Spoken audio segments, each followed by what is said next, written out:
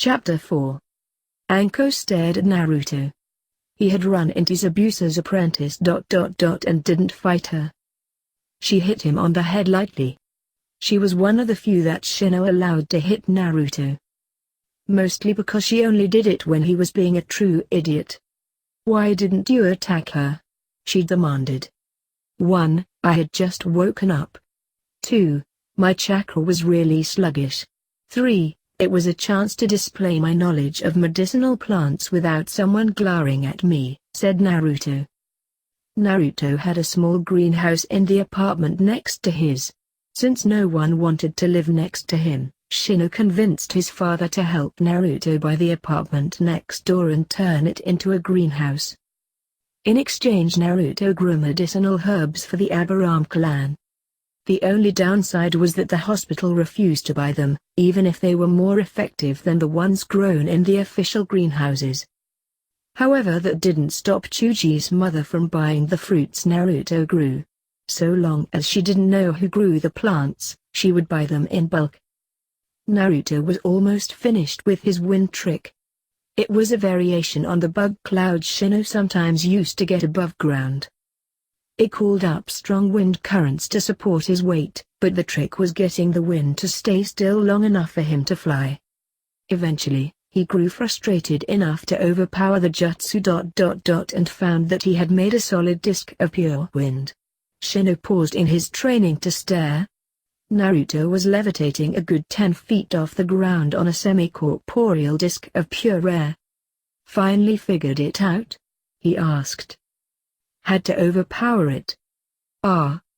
Shino's attention was quickly brought back to the dragon he had summoned that was roughly the size of a medium-sized dog. It had taken advantage of his distraction to try and run rampant. Hinata beat him to the flames, as she summoned up a dragon of water. The hiss of the fire could be heard for quite some time. "Well done, Hinata. I think you have that one down," said Anko cheerfully. "Arigato, Anko-san," said Hinata. It was something of a miracle. A few days of training exclusively with Anko had managed to do what Shino had unsuccessfully attempted over the past 2 months. She had gotten rid of the stutter. Now if only she could get rid of that twitch.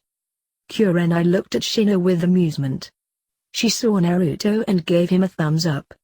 Now that he knew how to create the disc, he had to work on his control.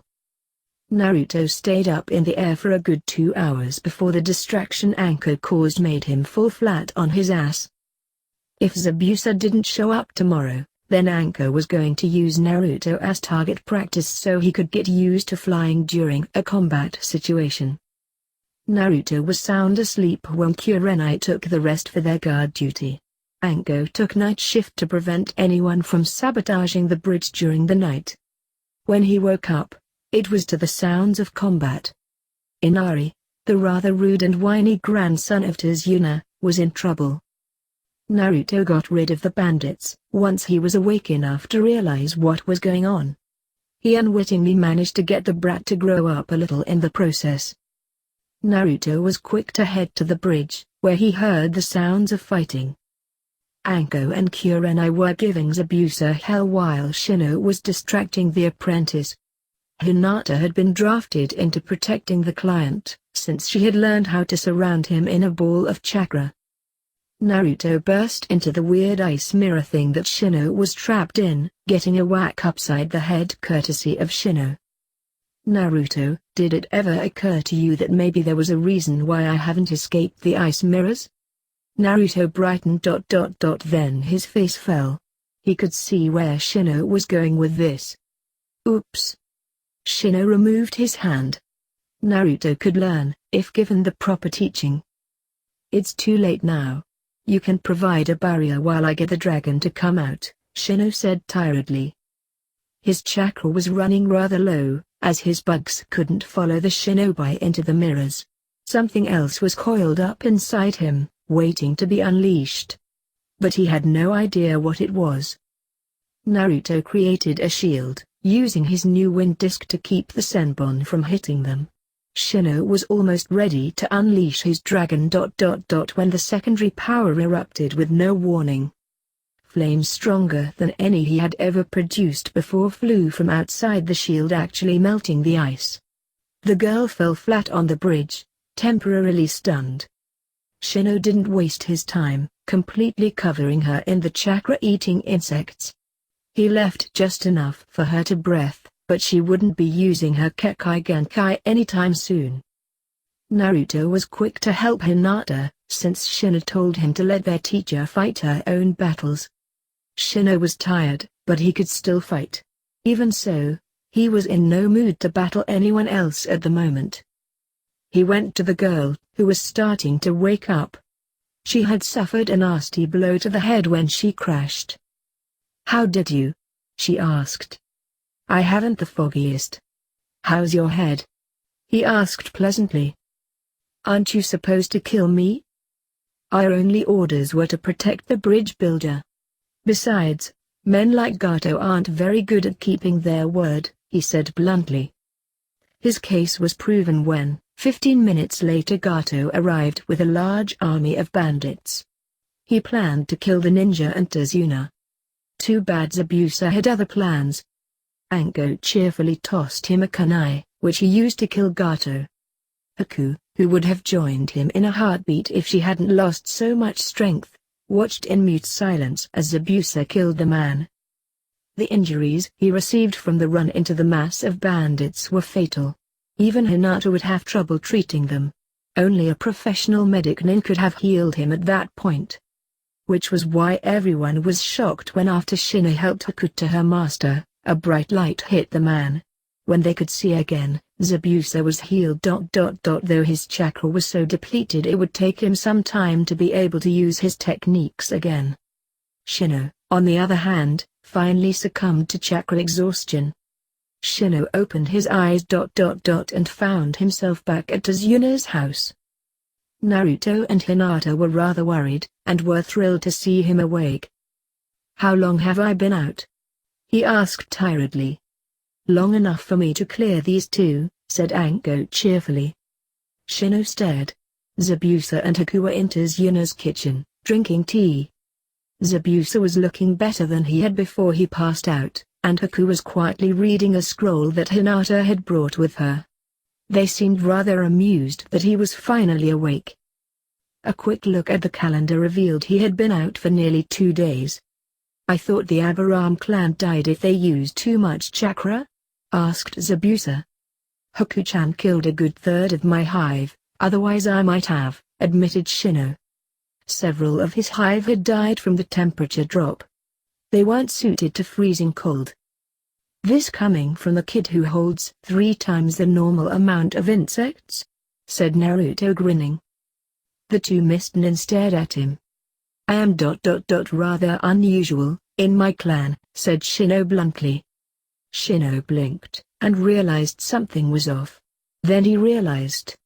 "Where are my sunglasses?" he asked. Naruto handed them over, after he had cleaned them. He had wondered when Shino would ask that. "I wasn't aware Konoha had so many people with dual-colored eyes," said Zabuza. "They don't. This team has the few people who do," said Shino bluntly. He really didn't like revealing his emerald green eyes to strangers. Even if very few ever saw an Aburame without the traditional sunglasses and cloak. A few days later, the bridge was finally finished. And they were ready to leave with 2 extra.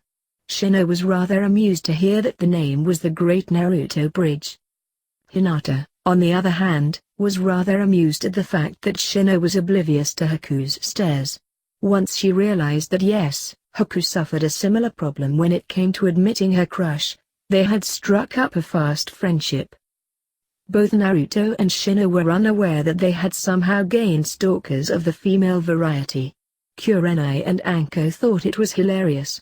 As did Zabuza, when Kurenai happened to point it out to the man. "Sasuke. Aburame. Are you aware you have a fangirl?" he asked, bored. Shino turned, but he saw no one there. However, his bugs weren't reacting, which meant it was someone familiar. "Who?" "I don't know who she is, but she's been following you for the past 3 blocks," said Sasuke. He was hyper-aware of his surroundings in Konoha. He had to be, with his large fan base going to practically any lengths to molest him. Outside of Konoha, he let his guard down. "Can you describe her?" "Long black hair and brown eyes. That's all I could see," said Sasuke. Shino blinked, and realized that description fit the newest chunin of the village. Zabuza had headed back to the Mist Village, once he heard about the new Mizukage. Since it was unlikely his apprentice would ever find peace in her home village, she had reluctantly stayed behind. She was currently apprenticed to Anko, who was teaching her more ways to inflict damage with her senbon. Zabuza had been a fair teacher. Haku had almost immediately been given the rank of chunin, after passing a relatively mild test by Iuka. Ever since then she had been taking on some of the more interesting C-rank missions. She had also been banned from capturing Tora after the cat was brought back paralyzed for 4 hours. It had scratched her rather deeply, and she had used one of her senbon in retaliation. It survived, but she was never allowed near it again. The only complaint Shino had was that he had the strangest tendency to run into her at odd moments. If he didn't know any better, he would swear the girl was taking lessons from Hinata in stalking people. She was. "Have you heard about the chunin exams?" asked Shino. "Where are they being held this year?" "Konoha." "Kakashi hasn't said anything, but after that nightmare mission in Swamp Country I wouldn't be surprised." "What happened?" "The lazy bastard allowed Haruno to be hurt to prove a point. If our guide hadn't had the anti-venom on hand, she would have died." "Should I send my lightning bugs after him?" "Send your firebugs. I'll burn his masks then," said Shino. Sasuke grinned. They had unsuccessfully tried to see under the mask before, but Kakashi always had another one on him. "All right brats, you 3 have been selected to go through the chunin exams," announced Anko. Shino looked at Naruto, and held out his hand. Naruto grumbled, but handed over 100 ryo. "Told you," he said simply. Yeah, grumbled Naruto. Next up ... to get Hinata to admit her crush on Naruto. Once Shibi learned his son was going to be in the upcoming chunin exams, he discreetly began laying bets that Shino would make it to the finals. Shibi had learned early on that if his son was participating in anything, he tended to come out on top. Shino was at the gates when he saw them arrive. His father had heard rumors that the Kazukage's children would be participating this year, and had shown Shino what they looked like. Temari, the oldest and only girl.